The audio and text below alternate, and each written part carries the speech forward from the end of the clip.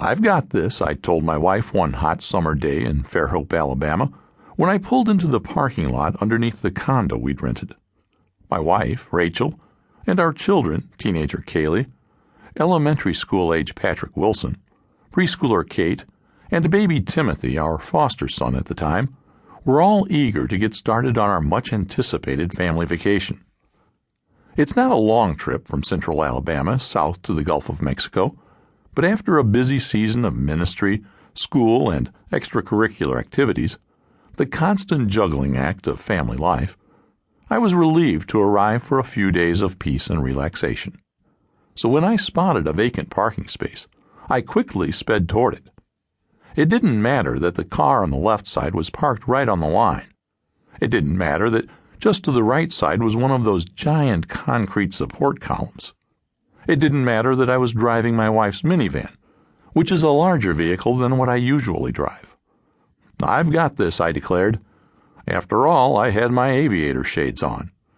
I may not have achieved my childhood dream of becoming a Navy pilot, but I could land this van onto the carrier strip with all the swagger of a Top Gun pilot. "I'm not sure you can make it in there, dear," Rachel said. "Oh, I can make it, no problem." "Are you sure? I just don't think this van is going to go in there." "Maybe not if you were driving, but I've got this." Yes, I actually said that to my wife, and we're still married. She is a remarkably forgiving woman. I trued it up between the lines and proceeded to put down the landing gear. But as we slowly eased into the gap, I heard a horrible sound, the unmistakable crunch of metal on concrete. To her credit, Rachel said nothing. She is patient as well as forgiving. Or perhaps she's just really cunning. At that moment, I would have loved for her to say something smart, or even yell at me. Then I could have yelled back and made her the target of my frustration. Instead, her silence left me to stew in my own self-disgust. The children, on the other hand, were not so quiet. Have you ever noticed kids can be completely oblivious to what you need them to see?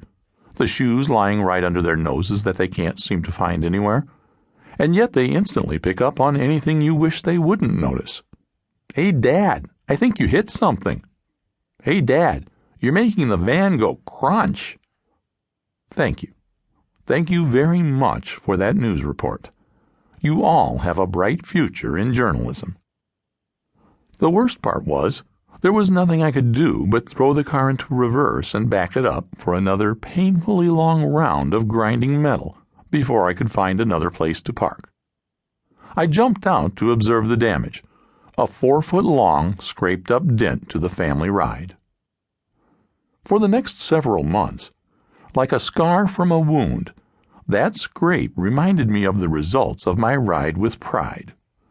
Gradually, however, I came to realize this was not just a reminder that my parking skills weren't as great as I would have liked to think they were. Far more important, the scrape was a reminder that my parenting skills were not as great as I would have liked to think they were.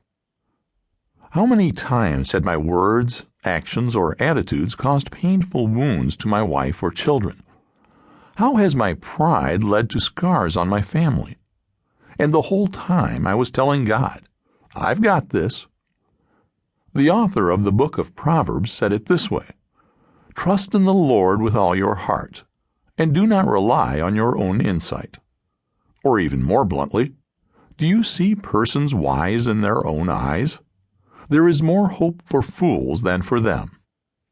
Bottom line, when we tell God, "I've got this, I don't need your help," whether in the area of parenting or any other area of life, we're in trouble.